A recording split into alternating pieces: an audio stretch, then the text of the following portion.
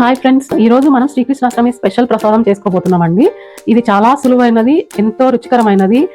మనం నైవేద్యాలకి ఎప్పుడైనా చేసుకోవచ్చు. ఒక 10 నిమిషాల్లో రెడీ అయిపోద్ది. ఇప్పుడు దీన్ని ఎలా చేసుకోవాలో చూపించేస్తాను. ముందుగా కడిగి పెట్టుకున్న ఒక కప్ ఆఫ్ శనగపప్పుని ఇప్పుడు ఒక 10 మినిట్స్ నానబెట్టుకుంటున్నానండి. నానిన తర్వాత మనం కుక్ చేసుకుందాము. పప్పు ఉడికిపోయిందండి, ఆవిరిపోయిన తర్వాత తీసి చూపిస్తున్నాను అనమాట. ఇప్పుడు ఈ వాటర్ అన్ని ఫిల్టర్ చేసుకుందాం. ఫస్ట్ ఇప్పుడు ఫిల్టర్ చేసుకున్న పప్పుని బౌల్లో తీసుకుందామండి.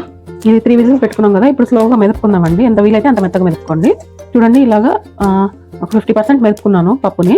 ఇప్పుడు మనం ఇందులోకి బెల్లం వేసుకొని కరిగించుకుందామండి. ఒక కప్పు పప్పుకి 2 కప్స్ ఆఫ్ బెల్లం తీసుకున్నానండి. అది బెల్లం కరిగేదాకా మనం కరిగించుకోవాలి. ఒకసారి బాగా కలుపుకుంటే మనకు వాటర్ వచ్చేస్తుంది బెల్లం నుంచి. సో దాంతోనే కుక్ అయిపోద్ది మంచిగా. ఇది గట్టిపడేదాకా ఇలాగే ఉండాలి. హయగ్రీవమతి అంటారండి, చాలా సింపుల్ ప్రసాదము. ఉడిపిలో శ్రీకృష్ణ దేవాలయంలో ప్రత్యేకంగా చేస్తారు ఈ ప్రసాదాన్ని.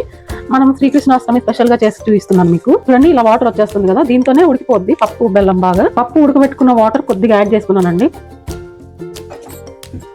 బెల్లం కరిగేదాకా మనం ఇలా కుక్ చేసుకోవాలి కలుపుకుంటూ. చాలా ఫాస్ట్ గా అయిపోద్దండి ఈ ప్రసాదం. కృష్ణాష్టమికి స్పెషల్ గా చేసుకుంటాం మనం. కృష్ణుడి ఆలయాల్లో ప్రత్యేకంగా చేస్తారు, అలాగే వైష్ణవ ఆలయాల్లో కూడా ప్రత్యేకంగా చేస్తారు. ఇది కృష్ణుడికి ఇష్టమైన ప్రసాదం. మధ్య మధ్యలో ఇది కలుపుకుంటూ ఉండండి, అడుగంటకుండా చూసుకోండి.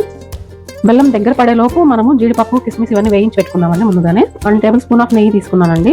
ఇందులో మనం జీడిపప్పు, కిస్మిస్, కొబ్బరి, గసగసాలు వేసి ఒకసారి వేయించుకున్నామండి. మంచిగా జీడిపప్పు వేస్తున్నానండి. జీడిపప్పు కొద్దిగా కలర్ చేంజ్ అవుతుంది కదండి, ఈ మూమెంట్ లో నేను ద్రాక్ష వేస్తున్నాను. గసగసాలు వేస్తున్నానండి. ఇవన్నీ బాగా వేగిన తర్వాత కొబ్బరి వేసుకుందాం మనం.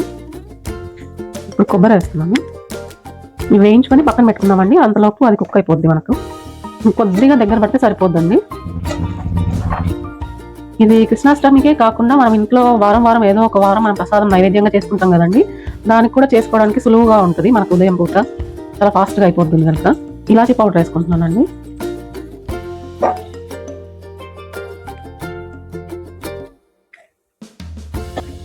చూడండి, రెడీ అయిపోయింది మన ప్రసాదం. ఇప్పుడు మనం డిష్ అవుట్ చేసుకుందాము.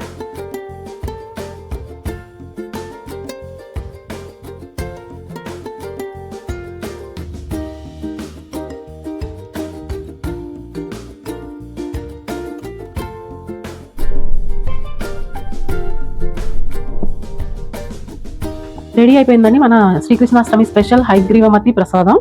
ఈజీ రెసిపీ, ఫాస్టెస్ట్ గా చేసుకోవచ్చు మనం నైవేద్యాలకి. ట్రై చేసి చూసి ఎలా వచ్చిందో నాకు కామెంట్ సెక్షన్ లో కామెంట్ చేయండి. Thank you so much for watching. See you next time.